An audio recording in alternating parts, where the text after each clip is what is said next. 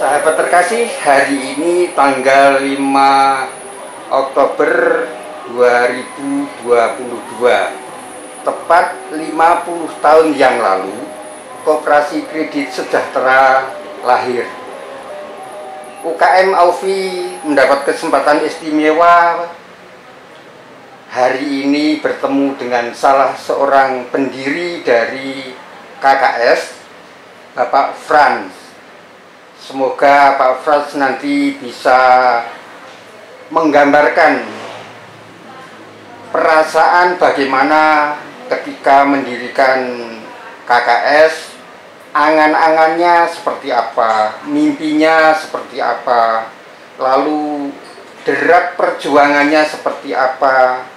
Nama saya Franciscus Tantri Dharma. Nama pertama yang diberikan oleh orang tua kami namanya Tan Chuan Ding. Ya, dan saya bersyukur ternyata nenek kakek saya juga ada orang Sunda. Jadi saya betul-betul memang lahir dan merasakan sungguh sebagai salah satu orang Indonesia karena punya keturunan orang Sunda. Saya boleh mengalami menjadi saksi hidup dari keberadaan KKS atau Koperasi Kredit Sejahtera di Cibinong ini. Tidak menyangka atau tidak dapat menduga bagaimana yang hari ini bisa dialami seperti ini.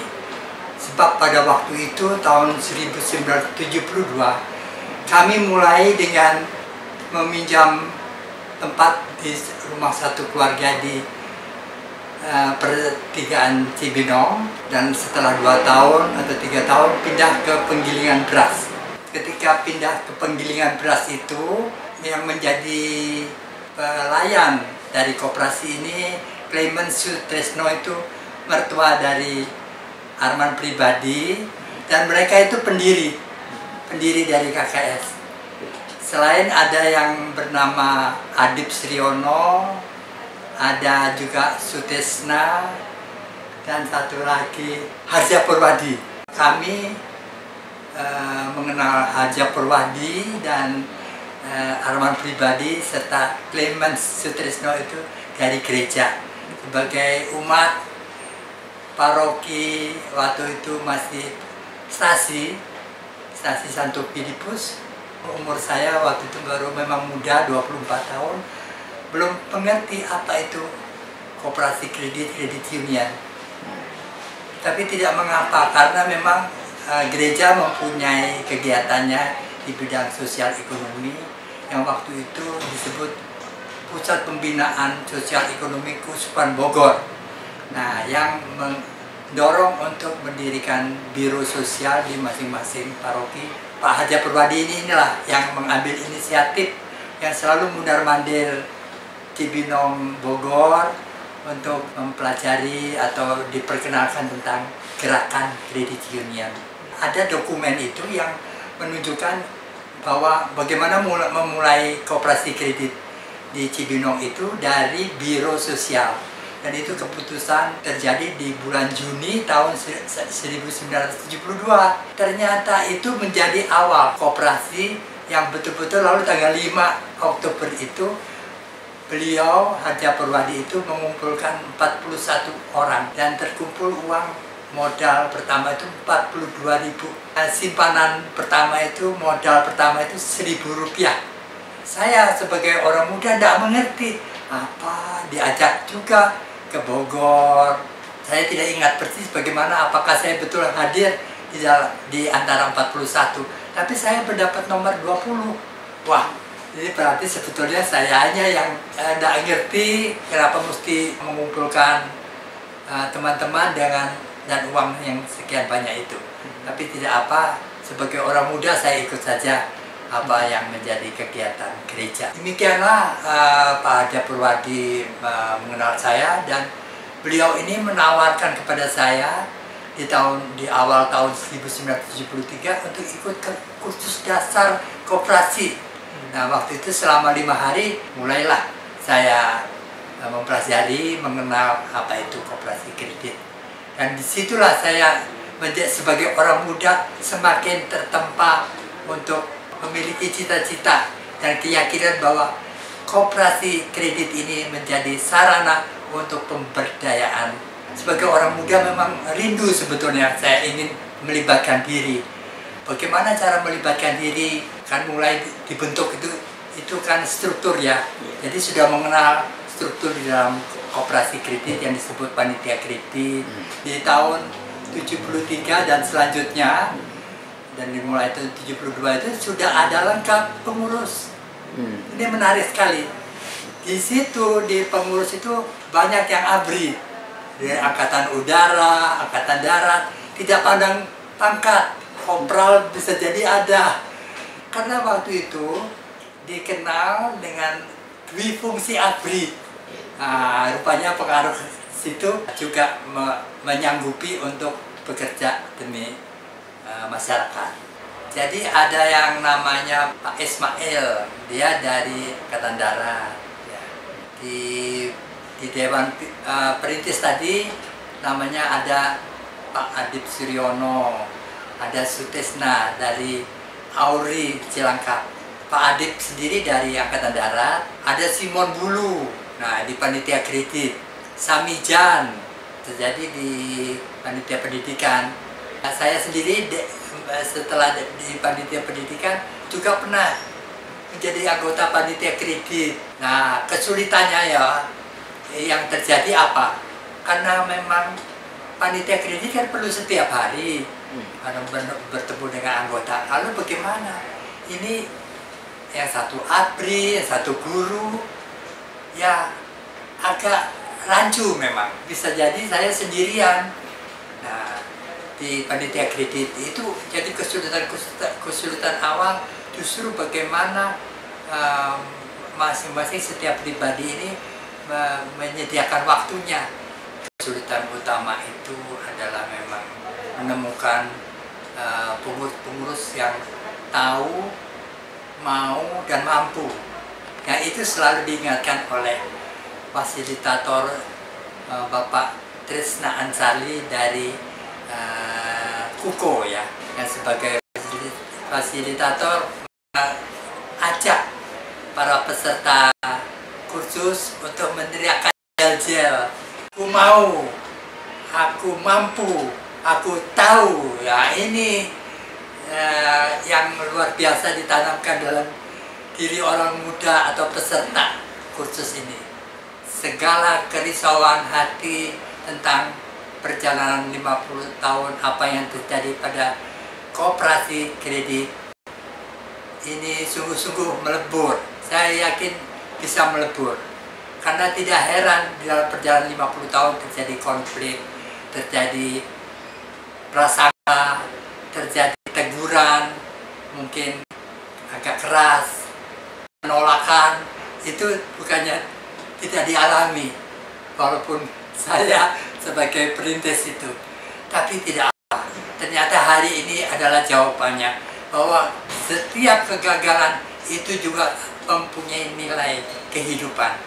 Jadi kita tidak mesti berhasil terus, tapi kegagalan itu juga sesuatu yang kita harus hargai. Jadi saya mulai menjadi anggota di Koperasi Kredit Sejahtera atau KKS ini tahun 1976. Saya memang sebagai ibu rumah tangga biasa, anak saya masih kecil-kecil, sehingga waktu itu saya dilamar oleh pengurusnya untuk menjadi pengurus. Tetapi saya belum mau karena suami saya sudah menjadi pengurus karena dia sebagai salah satu pendiri dari Koperasi Kredit Sejahtera ini yang berdiri tahun 1972 bulan Oktober. Suami saya nomor anggota 27, jadi termasuk 40 orang pendiri. Setelah 4 tahun jadi anggota, saya baru mulai aktif. Waktu awal saya ditunjuk sebagai sekretaris. Nah, tidak lama itu bendahara dari KKS ini kebetulan meninggal dunia, kan, sehingga saya menjadi penggantinya ya. Waktu itu KKS memang belum banyak anggotanya, baru ratusan ya, saya lupa, mungkin bangsa 200-300, dan kantornya tidak buka setiap hari ya, bukanya hanya seminggu 2 kali atau 3 kali ya waktu itu. Saya bilang ke ketua, waduh Bapak, saya kalau harus menjadi bendahara lalu membuat laporan keuangan, membuat pembukuan, saya belum bisa.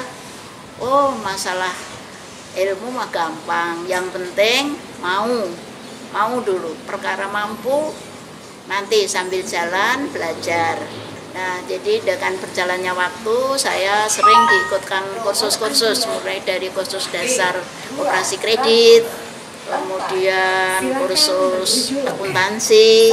Kursusnya itu hanya pelatihan yang diadakan oleh gerakan sendiri, tapi karena belajar teori langsung dipraktekkan sehingga ya bagi saya sih gampang gitu, gampang dalam arti tidak hilang tadi, ilmu tadi tidak hilang karena dapat teori langsung praktek, teori praktek.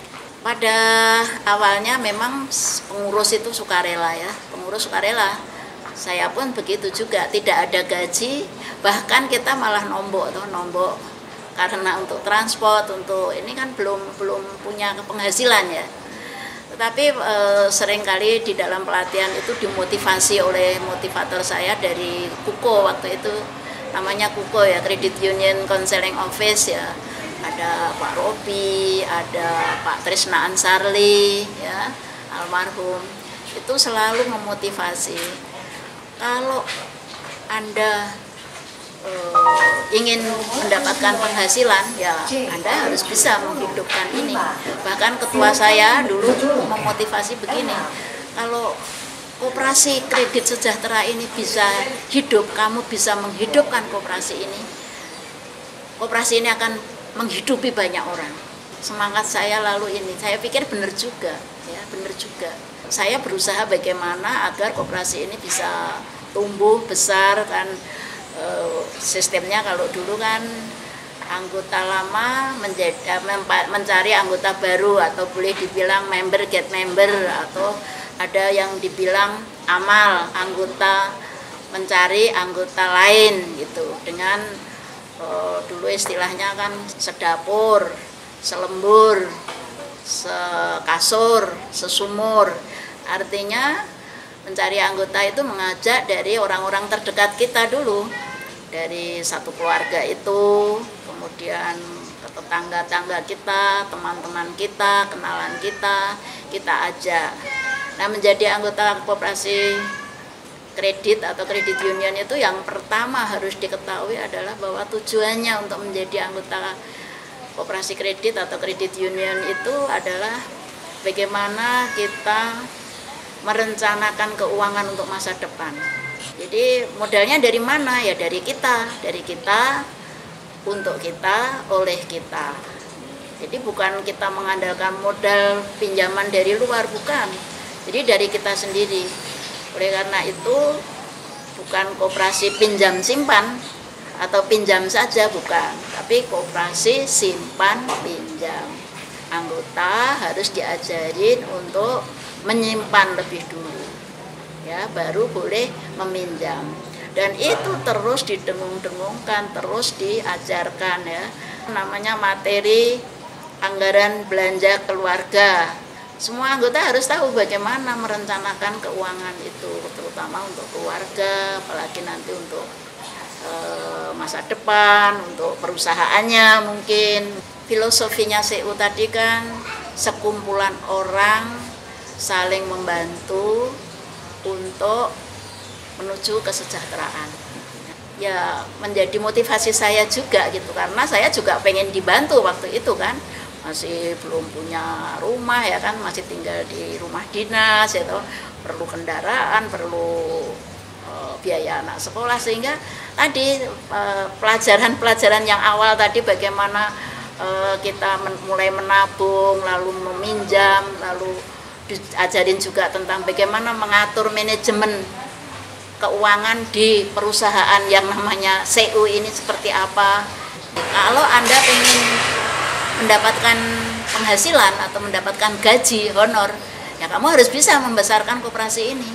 Caranya bagaimana? Tadi kan sudah diajarin hitung-hitungan bagaimana menyimpan, lalu bagaimana uang itu dipinjamkan dengan hitung-hitungan jasanya sekian atau bunganya sekian-sekian, jangka waktu sekian, itu semua dipelajari di pelatihan-pelatihan tadi.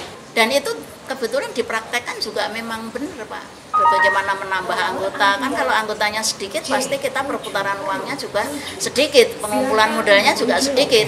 Jadi menjelang tahun 2000, tahun 96, 97 itu ada program Kopdit Model, Pak. Saya ada kesempatan terpilih untuk belajar ke Kanada, Pak, dengan Pak Trisna Ansarli waktu itu. Pak Robi Tulus kebetulan beliau sudah ada di sana, sehingga ketemu aja di sana karena beliau sudah tugas di CCA, ya, Canadian Cooperative Association. Nah, saya di sana belajar itu langsung praktek, hampir sebulan saya di sana. Saya langsung ditugaskan di CU. Jadi pindah ini sekian hari di CUA, sekian hari yang anggotanya masyarakat umum, sekian hari di CU yang anggotanya perusahaan. Di situ saya belajar banyak, Pak. Saya belajar banyak tadi bagaimana, oh iya ya, mengimplementasikan tuh ya. Kita tuh yang kita layani orang, ya. Kita yang kita hadapi orang.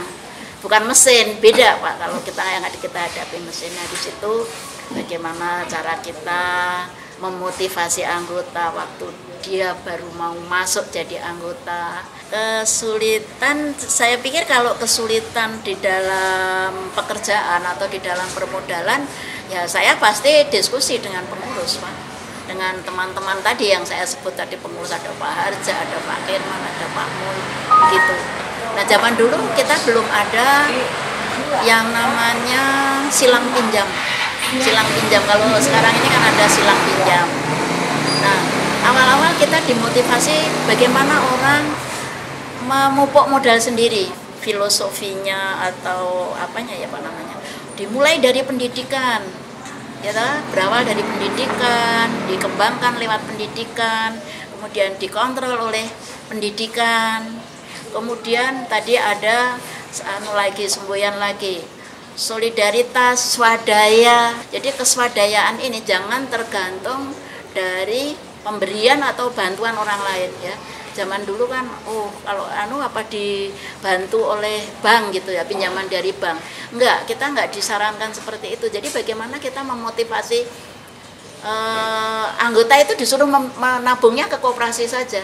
Gitu. Kalau masalah kesulitan ya tetap kita, ya pasti Pak ada kesulitan. Tapi bagi saya semua bisa teratasi. Saya menjadi manajer dari tahun 80-an ya Pak, sampai tahun 2011 itu ya 30 tahun lebih ya Pak ya, 30 tahun lebih menjadi manajer di KKS, mulai dari bendahara terus beralih menjadi manajer tadi. Pekerjaan yang ya tanggung jawab yang tidak ringan ya Pak ya. Dan saya mencoba untuk tadi regenerasi. Orang yang kita pilih itu biasanya orang yang kita sudah kenal dekat. Itu ternyata juga tidak semudah itu. Kita memang dulu punya rencana atau punya angan-angan dengan teman-teman pendiri ya, dengan Pak Mul, dengan Pak Kirman, Pak Fran, itu bahwa orang-orang yang nanti sebagai penerusnya itu ya orang-orang dekat kita. Apakah itu katanya nggak boleh darah semendah karena itu melanggar undang-undang atau bagaimana? Nah, yang penting bukan KKN gitu loh, saya pikir bukan KKN loh. Kita tuh keluarga iya, tapi bukan korupsi, bukan untuk nepotisme, bukan untuk kolusi dan korupsi gitu loh. Nepotisme mungkin, nepotisme itu kekeluargaan ya, tetapi untuk korupsi itu enggak, karena kita tujuannya baik. Kita memilih orang yang kita tidak kenal itu lebih sulit gitu loh.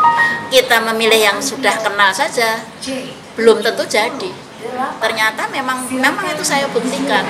Jadi dulu dari anak-anak kita itu, orang-orang dekat kita itu dicalonkan Pak untuk jadi generasi penerus, entah itu nanti di pengurus ataupun di manajemen. Itu kita sebetulnya waktu itu sudah sepakat seperti itu gitu, sepakat dengan teman-teman. Oh ya deh, ini supaya nanti menjadi generasi penerus itu. Memang tidak gampang ya Pak ya. Kalau orang muda itu disuruh jadi pengurus itu kan sukarela, ya tahu, tidak digaji.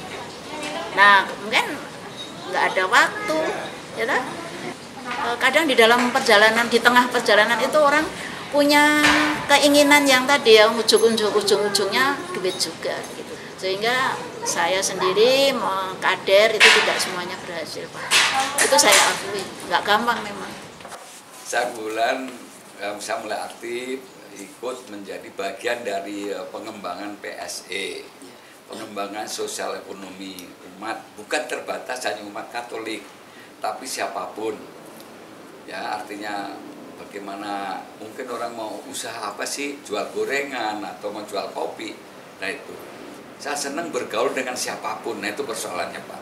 Setelah saya aktif di PSE, saya membantu Pak pendiri penggagas utama yaitu Pak almarhum Yohanes Harja Purwadi. Nah, kebetulan saat itu mulai kenal juga dengan Romo Karl Albrecht. Akhirnya menjadi warga negara Indonesia dengan nama Karim Arbi, saya ingat sekali. Kemudian dengan Gerard Ruiz, orang pastor Belanda. Nah itu saya mulai dekat. Semakin lumayan apa sih yang namanya kredit union. Nah orang bilang CU, kredit union. Orang bilang kredit union. Nah itu melekat sekali di hati saya. Oh ternyata begini ya, bagaimana sih caranya.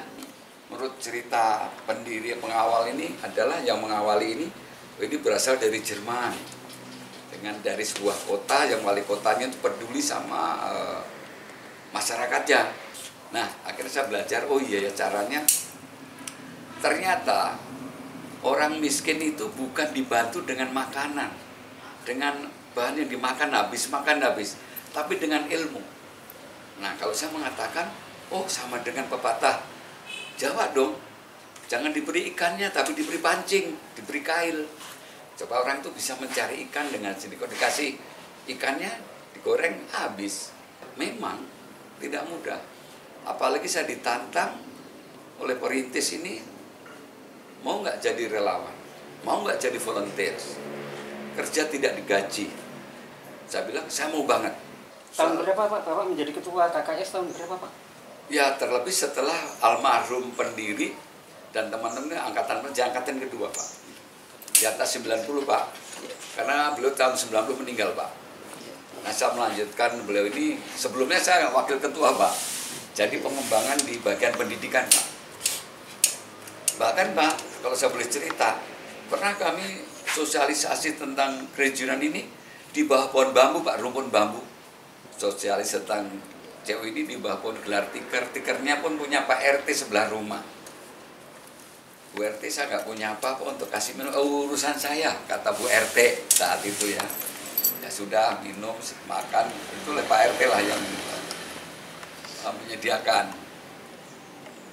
Nah itu pengalaman awal-awal bagaimana saya membantu pengembangan koperasi ini. Saya sendiri tidak menjadi anggota pada tahun 1972 itu. Nah, saya masih penganggur. Saya nggak punya untuk nabungan, nggak punya duit. Dari mana saya menabung? Sampai usia 50 tahun, ya itu tidak perjalanan yang bukan perjalanan gampang. Apalagi zaman dulu. Kalau saya boleh cerita, tahun 70 sampai dengan tahun 74 saja, jalan Tole Iskandar di Depok ini, nggak jauh dari saya ini, masih batu yang tersusun sampai Jalan Margonda. Bagaimana saya mengunjungi seorang anggota yang non jauh agak di dalam dari jalan raya, yaitu harus jalan kaki, jeblok-jeblokan, sepatu dibungkus pakai kantong plastik kresek. Wah, seneng kalau dapat kantong kresek dulu. Nah itu zaman dulu. Yang perlu saya tekankan kepada para calon anggota waktu itu, karena koperasi masih dianggap ecek-ecek. Ingat sekali saya. Bahkan ada yang dengan agak sinis, oh koperasi paling orangnya pakai sendal jepit, pakai kaos singlet. Itu saya terima dengan senang hati. Oh terima kasih. Ya sekarang mungkin seperti itu. Tapi saya nggak tahu ke depan. Karena semua itu kita hanya bisa usaha. Sehingga saya juga memberikan kepada calon-calon anggota maupun masyarakat siapapun. Ketemu di jalan, ketemu lagi di warteg, atau ketemu di mana, saya pasti bicara nyinggung soal koperasi. Oh Cibinong ada loh koperasi. Saya meyakinkan anggota untuk memiliki tempat sendiri yang strategis, ditolak oleh anggota. Pengalaman saya ngalamin Pak. Saya dengan Bu Siwi, bagaimana Bu Siwi? Udah tenang aja. Akhirnya saya endapkan itu, tapi dalam hati saya liatin tahun depan. Saya selalu optimis. Saya punya impian, saya mengafirmasi ke depan harus seperti ini koperasi. Apalagi Cibinong sejahtera. Harus seperti ini. Sampai saya gambar, ada bangunan, ada orang banyak. Saya tempel di tempat tidur saya, tempat dinding tempat tidur saya. Nah, saya membayangkan koperasi harus seperti ini kelak. Banyak orang punya kantor sendiri, orang berjubel. Selalu saya katakan, dari dulu saya bangga dengan KKS, dengan Koperasi Kredit Sejahtera. Tapi saya belum puas. Cibinong dan sekitarnya, masyarakat masih luas yang harus mengerti apa sih berkoperasi. Saya masih sampai sekarang tidak pernah berhenti sebagai pegiat koperasi, karena memang hobi saya. Saya nggak akan pernah berhenti bicara soal koperasi, kredit union. Kadang-kadang orang, koperasi masih ada Pak. Tapi akhirnya toh, oh ya setelah dia mengetahui, sadar, oh ya ini penting ya. Buat masyarakat penting ya, paling nggak buat saya sendiri istilahnya. Itu yang saya alami kesulitan Pak. Bahkan saat ini pun saya masih sulit mencari orang siapa yang pas. Sehingga dalam rapat anggota saya selalu ngincer siapa orang yang vokal. Nah itu yang saya incer, tinggal nanti diarahkan dididik, ini loh operasi yang sebenarnya.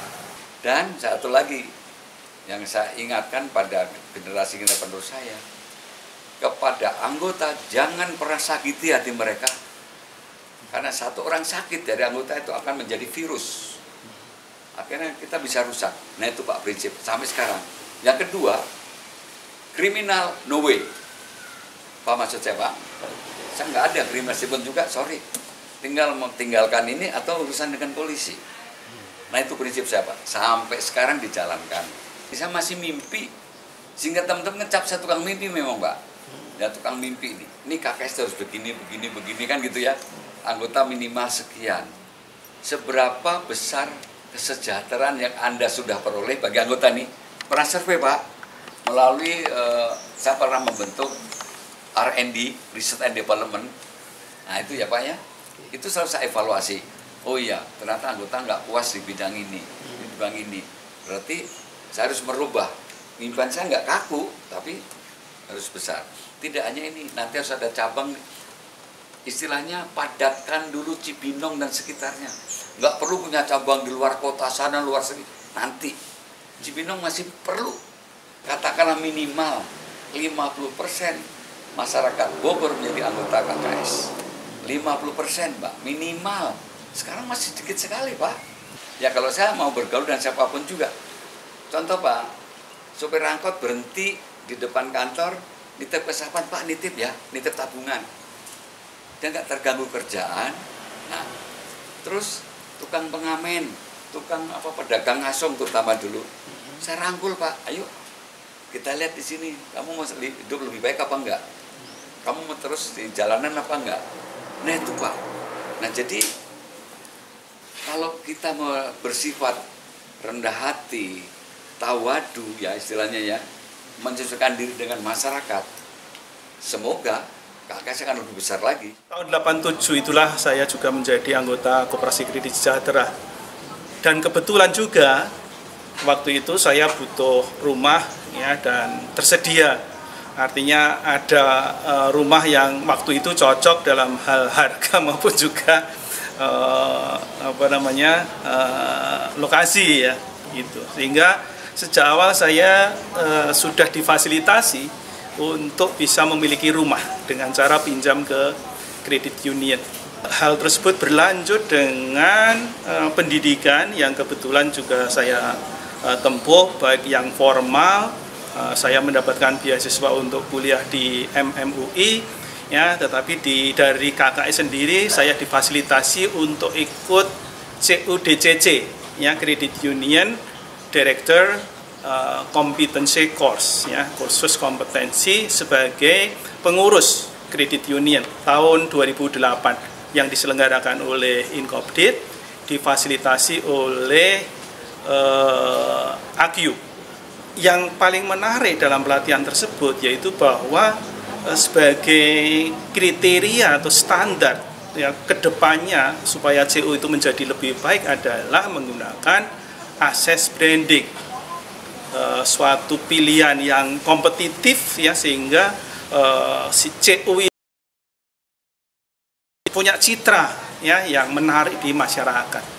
Kalau di bahasa bisnis pada umumnya, access branding itu sama dengan BSC, Balance Scorecard. Ya, artinya bahwa bisnis itu mau berlangsung dengan baik kalau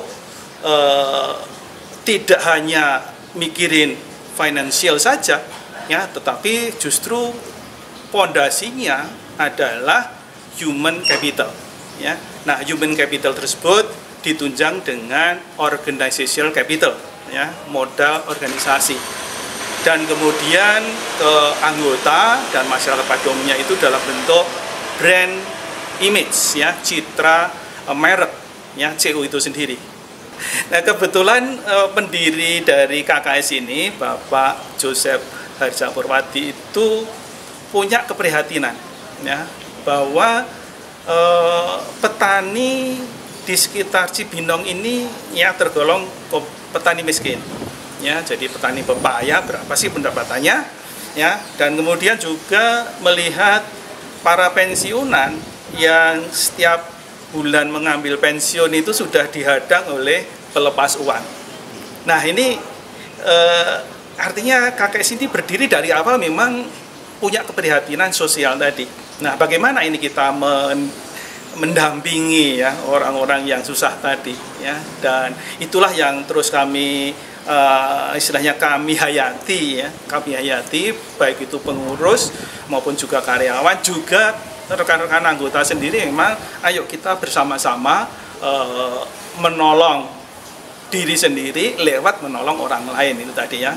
Bahasa Inggrisnya keren ya, help people to help themselves. Kita sendiri juga artinya butuh belajar mengatur ekonomi rumah tangga, ya, yang waktu itu judul pelatihannya adalah ekonomi rumah tangga, ya, dengan cara yang sederhana, ya. Pertama kali saya berkenalan ERT, ya, ekonomi rumah tangga itu dari ibu-ibu WKRI di Jakarta, ya. Nah, dengan cara sederhana, pendapatan yang kita peroleh kita masukkan ke amplop-amplop, ya, amplop untuk bayar listrik, amplop untuk sekolah anak, amplop untuk makan sehari-hari. Artinya dari pendapatan yang ada dari awal bulan itu kita sudah memasukkan ke amplop-amplop tadi, ya. Itu kalau bahasa kerennya itu udah dipos-poskan gitu ya. Itu ya, dengan cara yang sederhana begitu sangat menarik. Memang di dalam pelatihan tadi istilahnya itu andragogi, ya.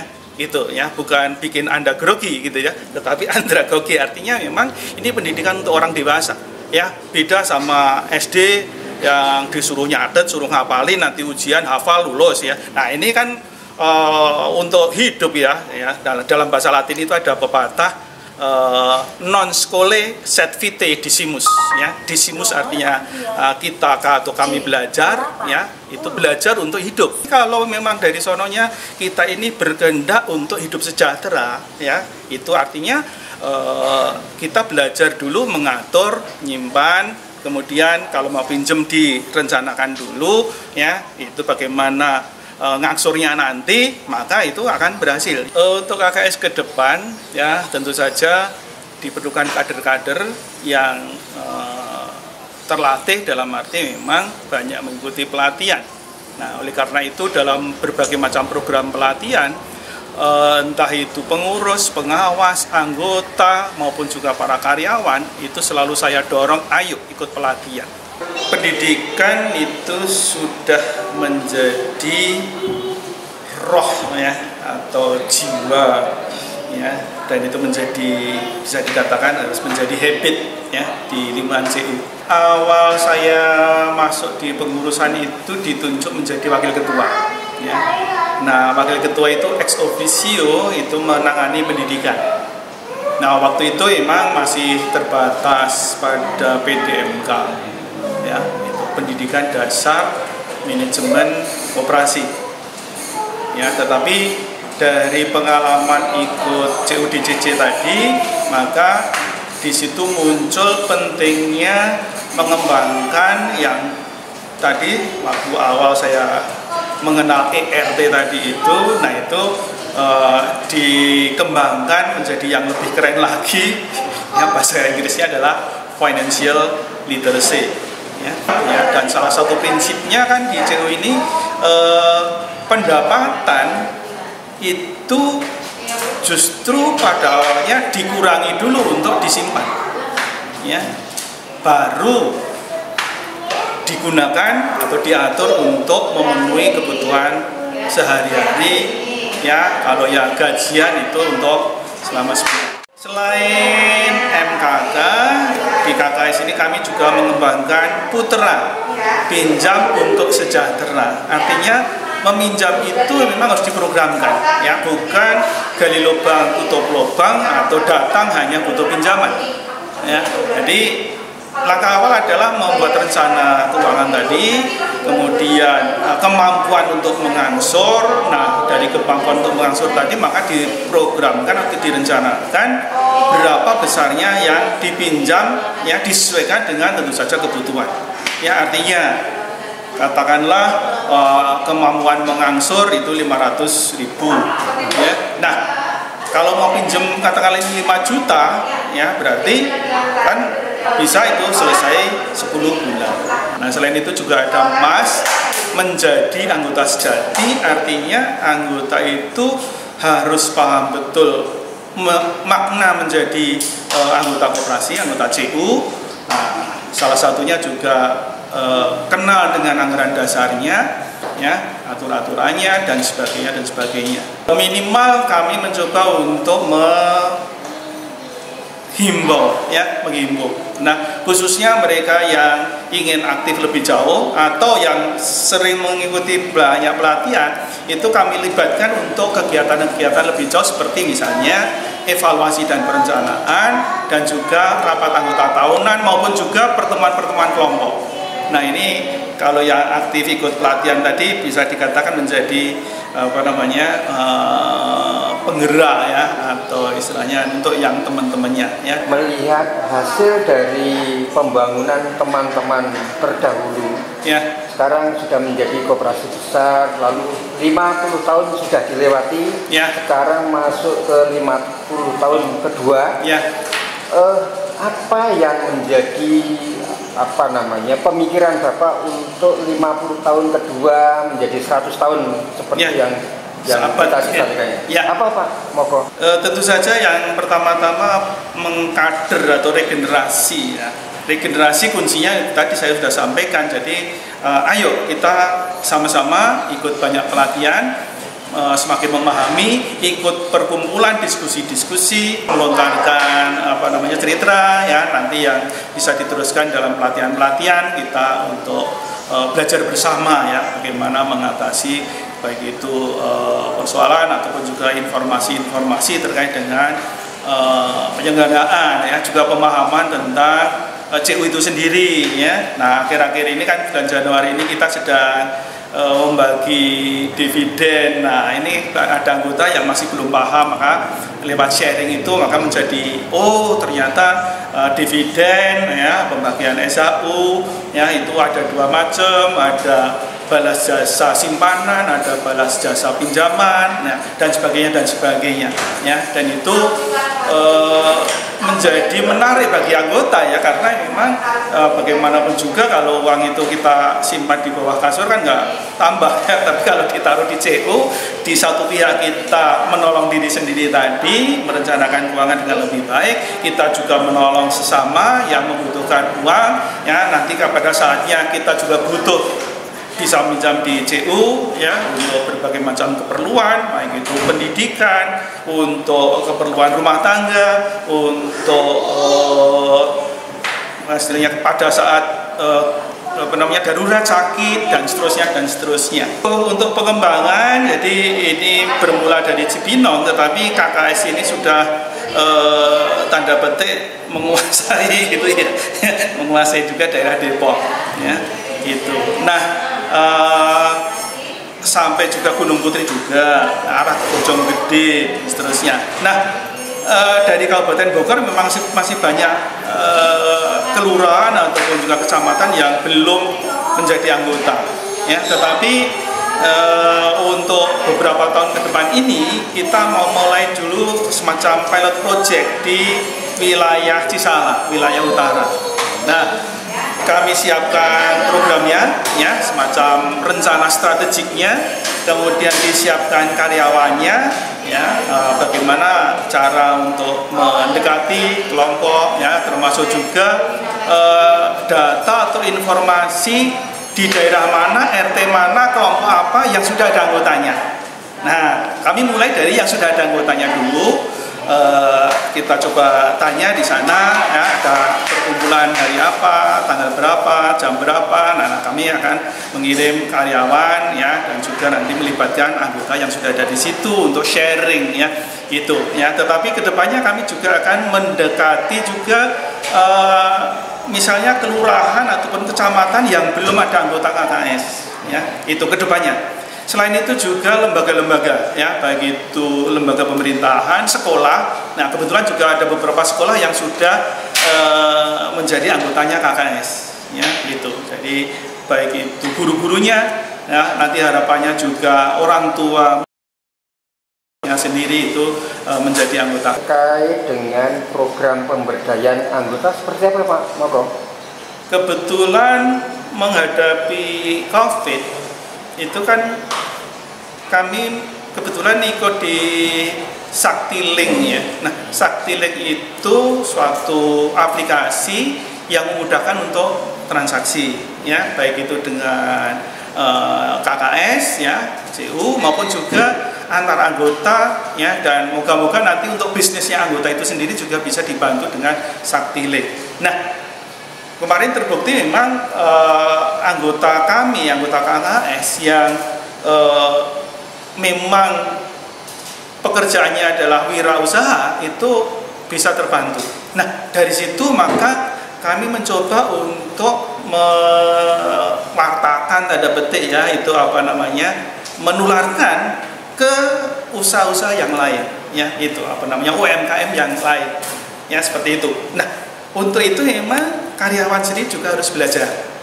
Nah, kami sambil praktek tadi memang ayo kita evaluasi, kita diskusi. Nah, suatu ketika nanti kami memang akan mengundang juga mereka yang memang sudah punya pengalaman banyak mendampingi UMKM.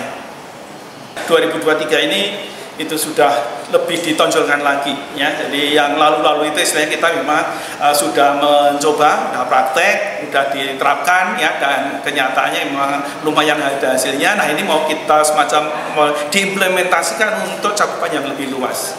UMKM tadi memang saat ini masih persentasenya masih sangat kecil ya, mungkin dari 20.000 itu baru 10% mungkin ya, baru 2.000-an ya. Tapi dengan rencana tadi, jangka panjang tadi, harapannya memang yang mungkin awalnya ibu-ibu atau kerja di pabrik juga nanti ya punya usaha ya sampingan itu ya, selain itu juga yang punya usaha-usaha tadi juga kami dampingi. Sampai saat ini karena artinya kesiapan dari para karyawan sendiri belum istilahnya belum full ya, mungkin baru sekarang ini baru mengenal ini ya, bahwa anggota yang punya UMKM itu kendalanya seperti ini ya, kemudian dampaknya ke KKS seperti ini ya. Jadi itu baru diskusi di antara kami ya. Nah, supaya tadi lebih terprogram, lebih tadi bisa terukur lah katakanlah begitu, maka menurut pemahaman saya ini si karyawan tadi harus dibekali ya, dibekali minimal ya tentang bagaimana sih mendampingi anggota untuk membuat pencatatan keuangan bisnisnya tadi ya, itu ya, itu. Jadi itu si karyawan jadi juga harus punya apa namanya pengetahuan, keterampilan di situ ya. Belum nanti gimana sih untuk meningkatkan usahanya ya, atau mulai dari menganalisis tadi apa namanya ini jualan sembako, ini antara pendapatan sama biaya apa itu sebetulnya untung atau tidak. Nah, ini kan perlu diukur, jadi bukan sekedar isaku iki ya gitu ya, isaku iki itu artinya sebetulnya hanya nyerah dengan saya bisa cuma begini. Nah, ini yang saya bisa cuma begini ini perlu ditingkatkan ya, bahwa nantinya kita juga mungkin perlu pelatihan baik itu karyawan maupun juga anggota yang punya usaha tadi itu ya, bagaimana sih mengelola usaha kendati sederhana tetapi itu bisa terukur gitu ya, itu kita bisa mengetahui ini memang benar usahanya bisa menguntungkan gitu ya. Jadi ya percuma saja atau kita habis waktunya ya untuk seharian untuk jualan tetapi sebenarnya rugi lah kan ya, akibatnya kan nanti berdampak ke KKS ya, angsurannya jadi bermasalah gitu. Nah, tapi untuk ke sana ya kemampuan itu. Nah, berikutnya juga anggota sendiri memang yang punya usaha tadi memang juga bukan sekedar usaha ya, kendati UMKM usaha kecil, tapi itu tanda petik memang ya ngelolanya dengan benar, artinya memang sungguh terukur bahwa usahanya tadi benar menguntungkan. Kami memang sudah mencoba membuat program-program ya, dari kami memang akan mendatangi ya kelompok-kelompok ya, yaitu untuk mewartakan gimana ini enaknya, nyamannya menjadi anggota KKS ya, yang benar-benar dari pengalaman rekan-rekan ini sungguh-sungguh terbantu dengan kehadiran KKS di Cipinang ini ya, yang nantinya juga akan merambah ke Depok ya, maupun juga ke Gunung Putri, ke Bojonggede ya, moga-moga nanti juga ke daerah Lewiliang dan seterusnya ya, Ciawi dan seterusnya ya, seperti itu. Pak Moko, kami dari keluarga besar majalah UKM, majalah ukm.com dan UKM Aufi ya, menyampaikan syukur dan sukses atas keberhasilan KKS yang dicapai sekarang ini, dan semoga KKS akan menjadi lebih sukses dari 50 tahun pertama. Amin. Pada masuk 50 tahun kedua. Terima kasih Pak Moko. Sama-sama.